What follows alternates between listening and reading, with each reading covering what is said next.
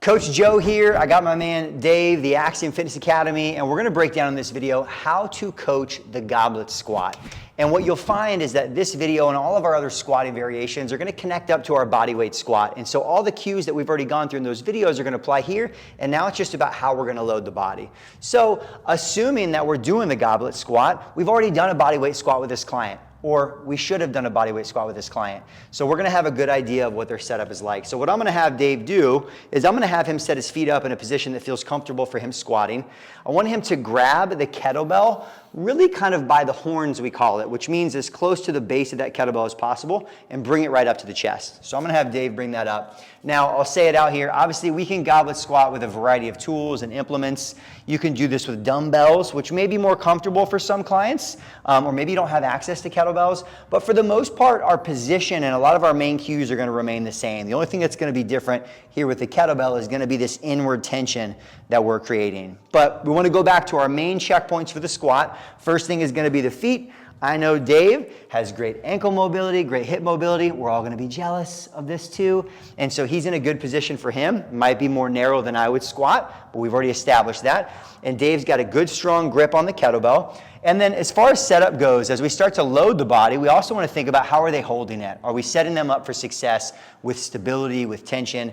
Dave's doing a great job because he is a kettlebell sensei of holding the kettlebell. He's keeping his elbows pretty tight to his ribs here. And all I'm going to have Dave do, right, oftentimes once we start coaching things up, especially if we've established bodyweight squat technique, don't feel like you have to overdo it, right? We've already established how to squat. Now we're just doing it with an implement. So Dave's got a good grip on the kettlebell. I'm gonna have him just take his time, sit down into the squat, nice and slow, and then coming right back up to the top. And I'm gonna have Dave do a lot of reps in this video, so Dave's gonna continue to slowly go. But what we can see is Dave's got a pretty good upright squat. Now you're gonna find for a lot of people, like myself, this will actually start to be easier with this front load. It's one of the best reasons to front load the body early on in our progressions.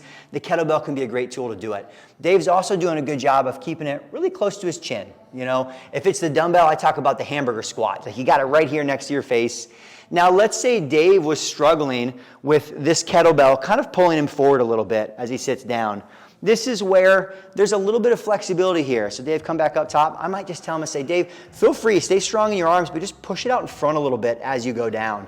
And that little counter load might allow him to stay more upright in this squat position. All right, so I'm gonna have Dave turn and face the camera, but we're still looking for our same primary cues with squatting. We're looking at, do we maintain good position of the feet? Obviously Dave's feet, he's got this nice good stance. Knees are tracking right over the top of his feet, and he's maintaining good tension throughout his core. And so I'll let Dave set it down for a second.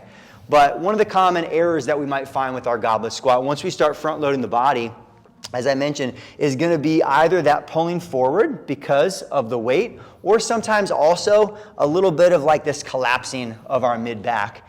And so oftentimes, once we start loading the body, great cues you might find, take a big breath at the top, and then as you get down to the bottom, like someone's gonna punch you in the stomach, right? It's okay, there's this momentary breath hold. All of that's gonna allow us to create a little bit more tension through the core so we can drive that weight up.